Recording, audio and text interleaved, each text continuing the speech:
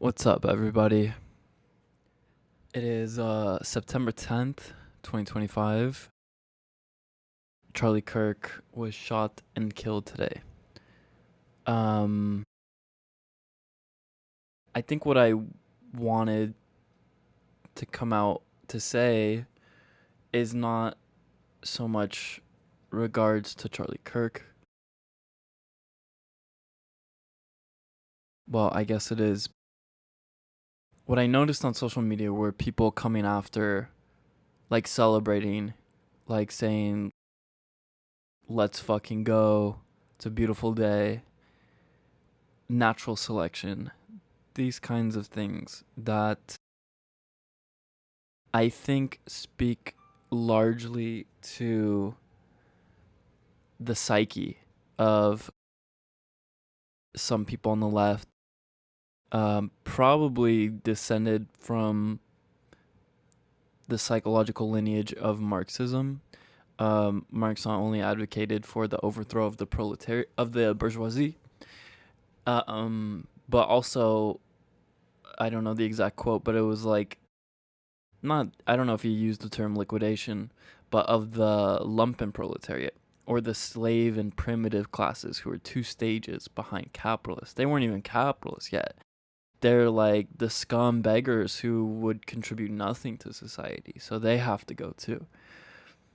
But this is that mentality that cannot adapt to different social milieu, or in other words, they have no ideological discourse. I can't remember the last time, if ever, I've talked to a socialist who's not an emotivist, who isn't making appeals to emotion, but has some logical line of thought, theory, of logic to base their foundational ideas upon. This isn't fair. This isn't fair. What's fair? You deserve what you get. Now, obviously, you know, the society we live in is not even capitalistic, it's interventionistic via regulations, the regulatory welfare warfare state.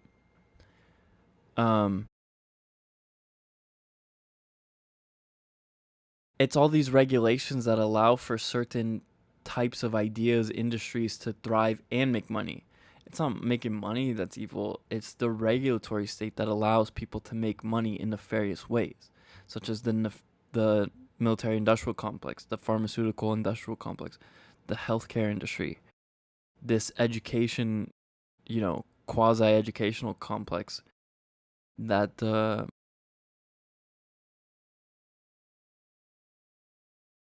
that Charlie Kirk was going to try to discuss with people these ideas. Of all the college campuses he went to, how many professors came out of their offices to debate him? I don't even know. Maybe it's close to zero. Probably less than 1%.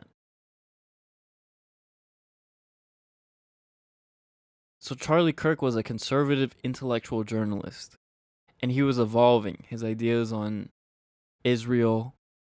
Was he backed by AIPAC? Was he getting funding from them? Maybe. Who knows? Perhaps. But he was evolving. He was becoming a little bit, I think, intellectually more critical of Israel and the genocide in Gaza. So he was young. He was 31 years old, a father of 2 kids. This man wasn't militarized. He wasn't a politician. He wasn't an agent of the state. He wanted civil discourse. That's what he believed in. He wanted debates because he said if we stop talking to each other, that's when violence starts. And violence was brought to him because of politics. Because the political solutions to political problems is violence. That's what politics is. It's power. That's what a banana republic is using, whether legality or force, to remove your political opponents. That's what they try to do to Trump.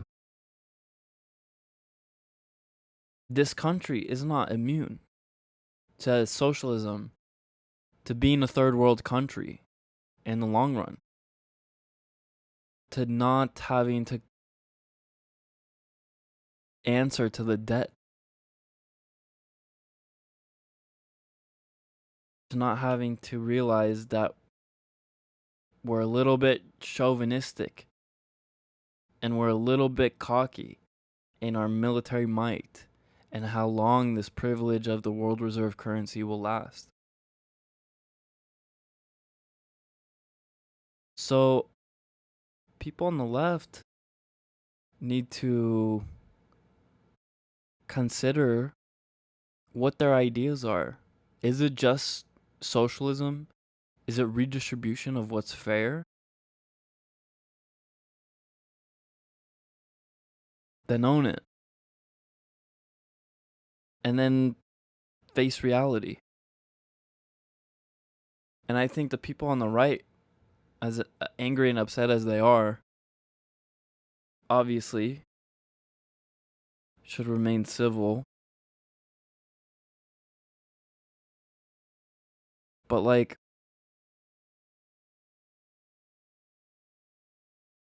where's the discourse? That's what Charlie was trying to do, I think, at the end of the day, was bridge the left and right via discourse, because we can't look for diplomacy to make it happen. We can't look for, presidential debates to be the only place where left and right discourse occurs. Obviously, social media is a cesspool, and there's really little discourse happening there. So then there's like this fractionalization. I don't know, there's like Oxford style debates that are happening with people on the left and right, but like, I think Charlie was making it more grassroots. So rest in peace. Recently, I heard that Javier Milei, the president of Argentina, a student of my professor, Jesus Huerta de Soto, was getting rocks and stones thrown at him in like the street. And he's like, "This is so exciting." Yeah. He was like yelling, "Wow, this is so exciting." I think that's fucking epic. And I resonate with that energy more because he's a self-proclaimed anarcho-capitalist Austrian economist. That's exactly what I am. And he's not afraid to call it what it is. He's not afraid to voice his opinion. He's been ridiculed. And he doesn't even fucking blink. And I was just thinking like, damn, like, it'd be really fucking convenient if, people on the left took out Charlie and thought, well, GG's, that's a wrap. But like, if we learn nothing from the Middle East and insurrection multiplication, or whatever the term is, blowback multiplication, that like 10 minus 2 equals 20. I think you'll only have more loud voices coming from the right, more ideologically aggressive, whatever shape that takes. I would like to see a Ron Paul variation of ideas, of peaceful non-interventionism, of responsible monetary policy, which means ending the Fed. It's like giving a teenager an allowance and guns and the ability to exponentially increase his allowance at the cost of his parents or caregivers, whoever's, supposed to be the one providing for his allowance. I think that's a pretty good analogy.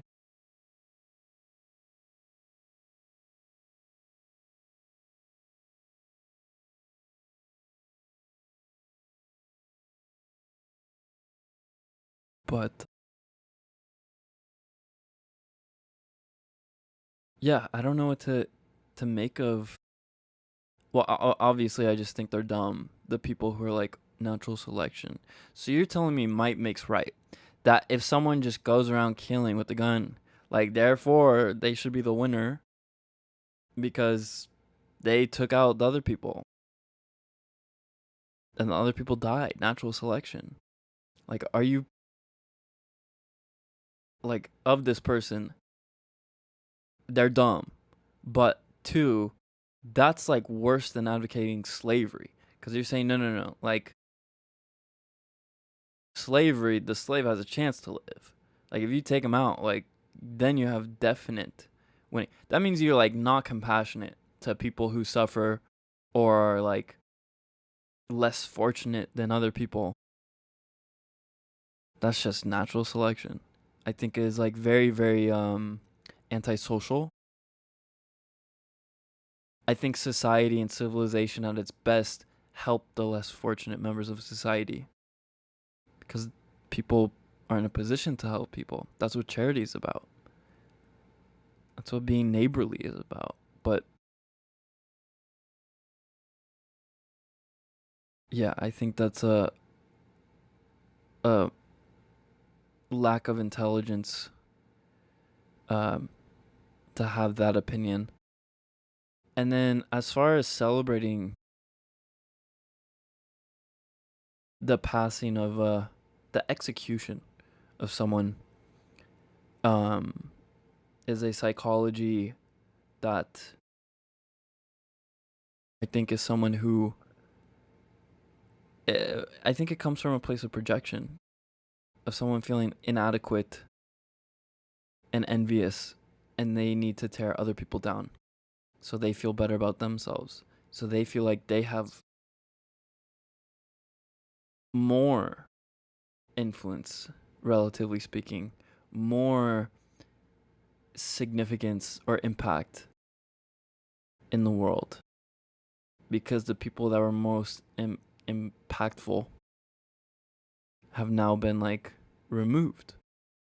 And I think that even the term "let's fucking go" is like sports, like competitive, like celebrating someone's life being taken is not at all a sport. That's a tragedy, especially when they're a peaceful, non-violent person. So with those people, like, yeah, like until you prove otherwise, I want nothing to do with you. No association whatsoever. And this is the thing, like politics is forced collectivism, and forced collectivism breeds resentment. Why should I be forced to be not only associated with people who are nothing like me, but we have to compete for whose rule we're going to live under? This is not freedom. This is why democracy or freedom is incompatible with democracy. As Rousseau said, democracy is nothing more than like a moderate form of communism.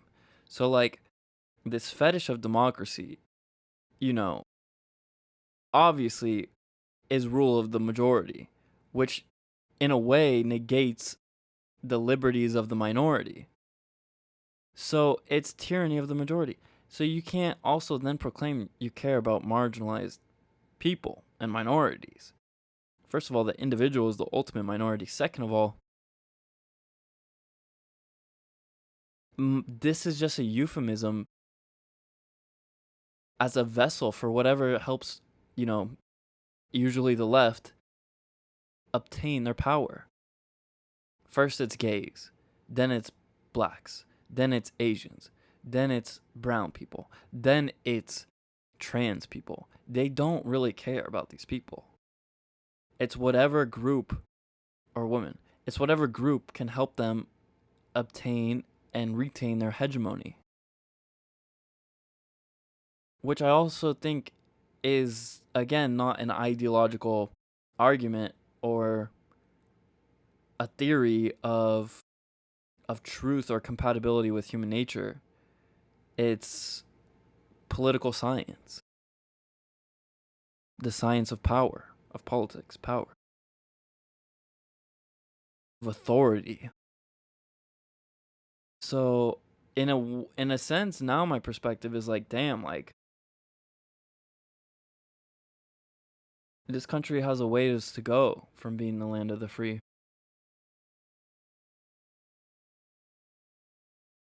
Like, we have socialized money, part of it's taxed, socialized, and you can't have full individual sovereignty without monetary sovereignty. So the monetary system essentially is the vessel, the channel for this interventionism, quasi slavery, debt slavery, quasi pauperization, quasi socialism.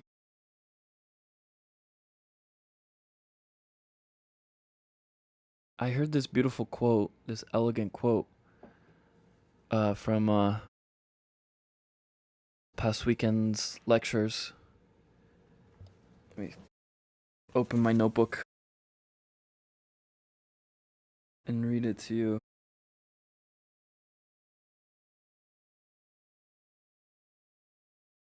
It is right here, I promise. It's right here. Capital formation is the greatest charity of all, by Floyd A. Harper. Capitalism allows for people to develop an enterprise which requires labor in a division of labor. So we escaped feudalism, we escaped slavery due to capitalism, because instead of purely slave labor, we now had wage labor. And society is still, like, civilization still in its infancy. We're still evolving. We haven't reached the final form of society by any means.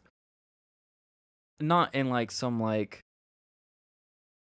deterministic Marxist cycle of history or stages of history, but in the sense that, like, the Industrial Revolution occurred, even like the Agricultural Revolution, the Textile Revolution, the Protestant Reformation, the Technological Revolution, the Digital Revolution. Like, money is still evolving. What do you mean we've reached the final form of money? Give me a break. Like, gold, it's dirty, it's archaic. The fiat currency is as mortal as it comes. It's made of paper or digits. We have the blockchain. It's like 13 years old or 17 years old, 18 years old. I'm not sure, but less than 2 decades. So money is evolving. Bitcoin's not the final evolution of money. Society is evolving. Ideas are evolving. Even the ideas of anarcho-capitalism, private law society, society without the state, democracy, rule of the majority, rule of tyranny of the majority. Come on. It's a joke. But again, like, if you're triggered, then just give it time. You're just not there yet.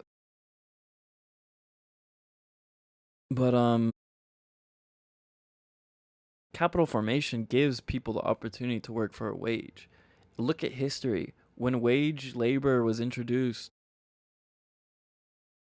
people chose that over working on the farms. So choices are still to come for people in life. And I guess back to this like energy thing of like, in the face of real fear, real execution, real murder.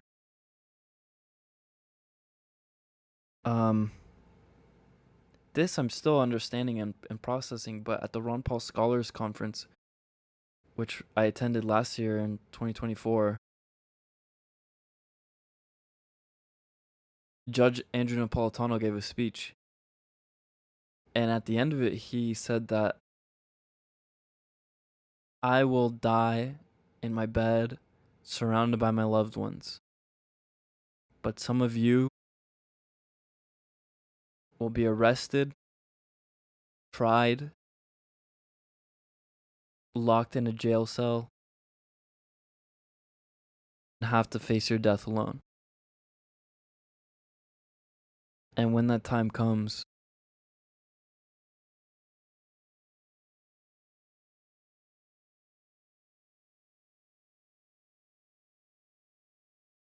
you'll have to make that decision of what to do.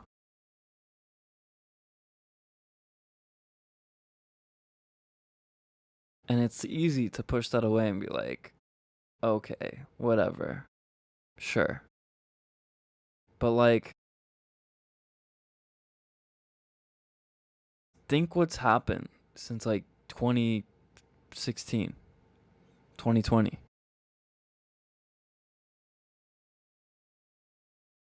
The analogy is that like when a woman decides to leave her abusive husband, that's when it's most dangerous.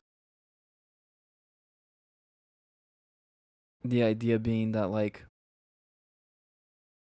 when she actually leaves, I guess that's when it's most dangerous. So like this relationship with the state being a parasitic, power, violent entity, when the mask drops, you know, they didn't have to use this like force before. But as it becomes entangled and the power slips and the mask drops, like you see the nature of the state for what it is. There's no political solutions. There's no diplomatic. So you can't diplomatically achieve peace and social cohesion and interconnectedness. That comes from people. It comes from a community. From the bottom up, not top down. The state enforcement is top down. The market, anarchy, emergent order of society via the market mechanism, guided by the profit and loss mechanism, is the Cadillac seat. It's what turns enemies into friends. Politics turns people into enemies. It turns friends into enemies. How many friendships and family relationships were severely, if not destroyed, but partially broken due to like COVID or due to elections, the politicization of society. This is a very real phenomenon.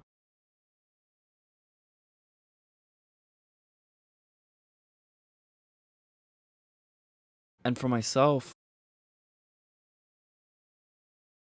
Professor Jesus Fuerte de Soto, when I first met him, and I told him I was a student of Dr. Donner Jurgen at Occidental studying Austrian economics, he sent me to Mises U. I met some friends. He sent me to the Ron Paul program and recommended I study here in Spain under him. He told me I was the luckiest student alive. Another woman I met recently who's like a life coach, mostly for like high school age students who deal with like depression, suicide, and whatnot. I gave her a copy of my book. She said, "The world has been waiting for you."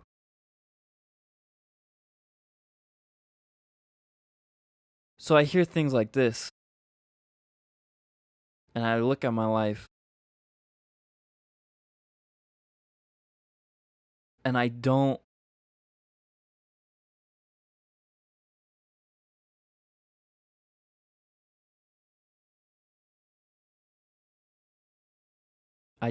see myself truly feeling like there's anything more meaningful than I can do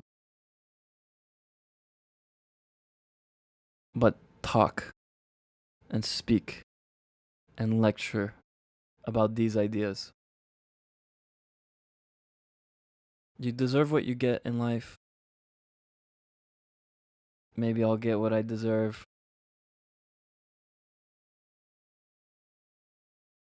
Whatever that means. I have no idea.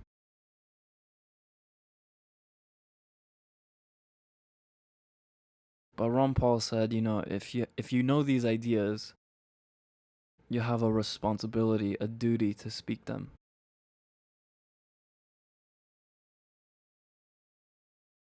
And at first, hearing that, you want to brush it away.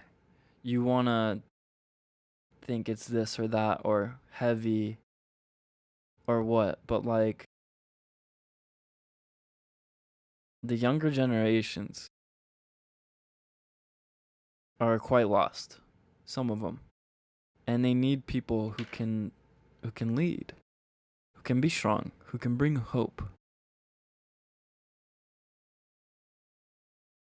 And I just don't know if that's at all what I am, but I also heard this today from Krishnamurti in a talk that if you are a light for yourself, you are a light for the world. And I want to try so hard. And I've been trying so hard to be a light for myself. And maybe that's really all I can do. Doing my best, being excellent, is being a light for myself. And I'll let that speak for itself.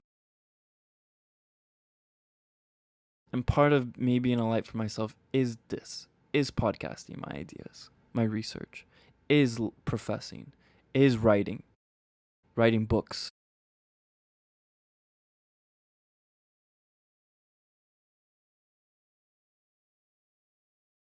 I mean, like, all the fun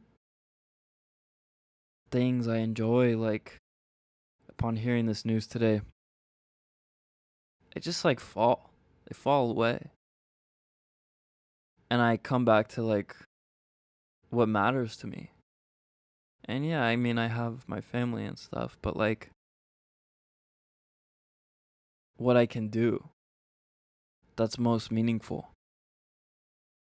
And it just feels like this right here. Like, I am a student of these ideas, of political science, of market economics, of a little bit of history, and of philosophy.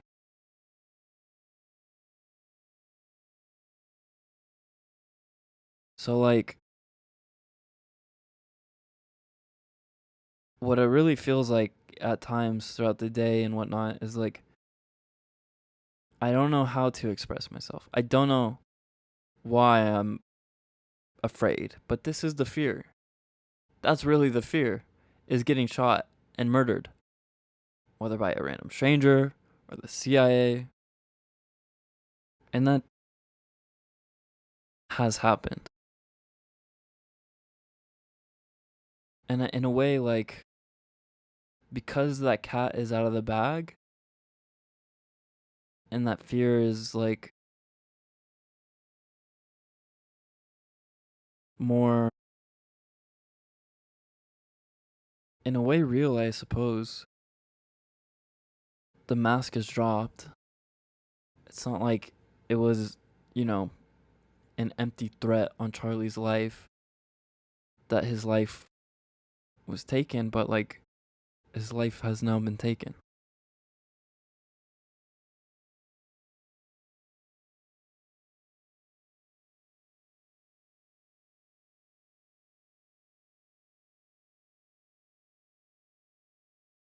And I just,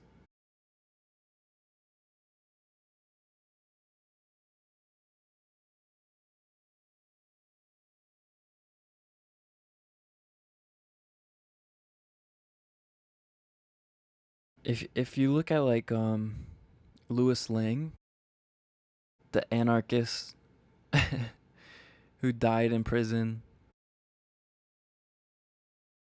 the spirit of freedom, the spirit of anarchism is like against tyrannical political authority. And yeah, were some violent, yeah, but like some were just ideologically free. And they were civil and peaceful, and I admire that.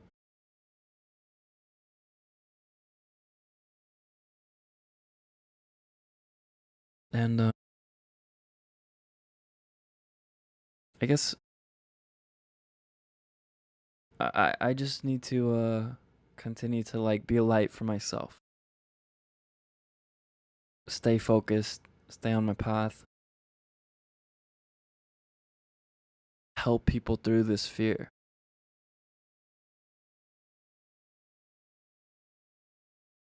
Because it is a real fear. The tyrants, they're like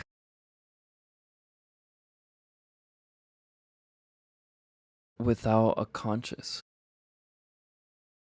You know, just enforcing like orders or laws means that like you're not considering whether the laws are right or wrong, just or unjust. I mean, justice is very, very much evolving as well and becomes arbitrary. So,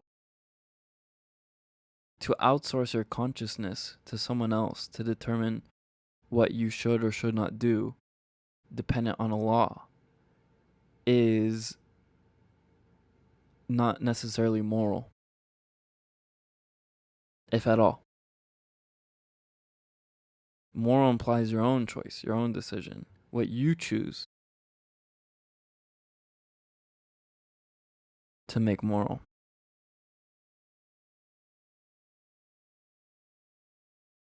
And I mean, this is where we're at. So,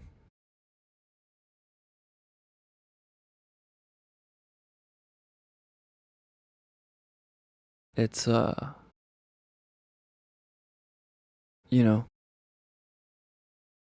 I've spoke on a couple stages, on a couple podcasts, and yet this is what I am choosing to do, to pursue. Some people will get it, some people won't. That's alright. There's a lot of people in the world, but I care more for the lions who are awake and open to free and an unfearful consciousness.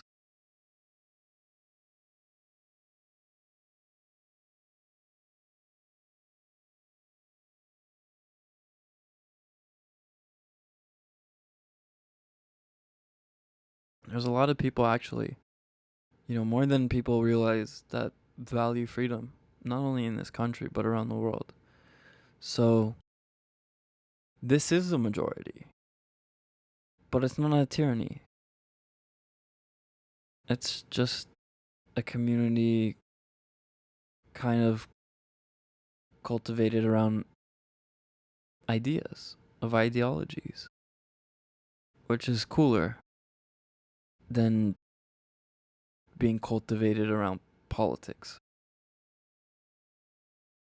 And yeah, if it's cooler, then that should say it all, because that's what's cool.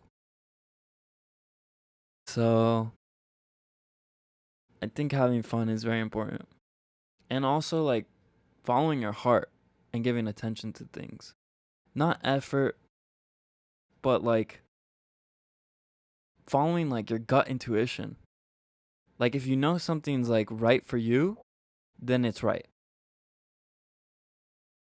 If you ever have pressure from other people, then that's not coming from you.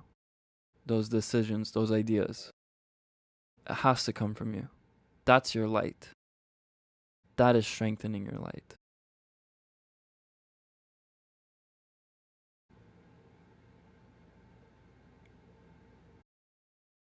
So, if anything, like, I think it's only given me more perspective on myself and what's important to me, and to celebrate life, because clearly, like, you really don't know how much you got, and so why not make the most of it and feel everything. Let it bloom and let it wither away, baby. And with that, let's have some peace. So peace.